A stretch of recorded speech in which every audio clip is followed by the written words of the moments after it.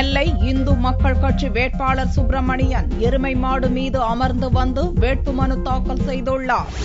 அர்ஜுன் சம்பத் தலைமையில் இயங்கும் இந்து மக்கள் கட்சியின் நெல்லை மாவட்ட பொதுச் செயலாளர் சுப்பிரமணியன். இவர் நெல்லை லோக்சபா தேர்தலில் சுயேட்சையாக போட்டியிடுகிறார். சுப்பிரமணியன் வியாழக்கிழமையன்று எருமை மாட்டின் மீது உட்கார்ந்து ஊர்வலமாக வந்து தனது வேட்பு மனுவை கலெக்டர் கருணாகரனிடம் தாக்கல் செய்தார். அத்தியாவசிய பொருட்களின் விலை உயர்விற்கு காரணமான காங்கிரஸ் கட்சிக்கு எதிராக போட்டியிடுவதாக சுப்பிரமணியன் தெரிவித்தார். கடந்த 10 ஆண்டு மத்திய காங்கிரஸ் அரசு ஆட்சியாளர்களினால் பெட்ரோல் டீசல் விலை உயர்வு 100க்கும் மேற்பட்ட முறை உயர்த்தப்பட்டு கிண்ண சாதனை படைத்துள்ளனர்.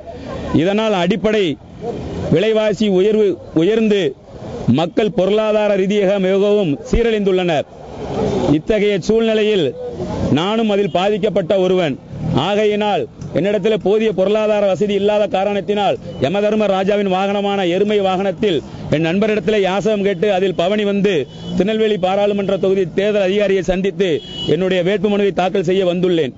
சுய விளம்பரத்திற்காக வேட்பாளர் சுப்பிரமணியன் எருமை மாடு மீது உட்கார்ந்து வந்ததை பொதுமக்கள் வித்தியாசமாக பார்த்து சென்றனர்.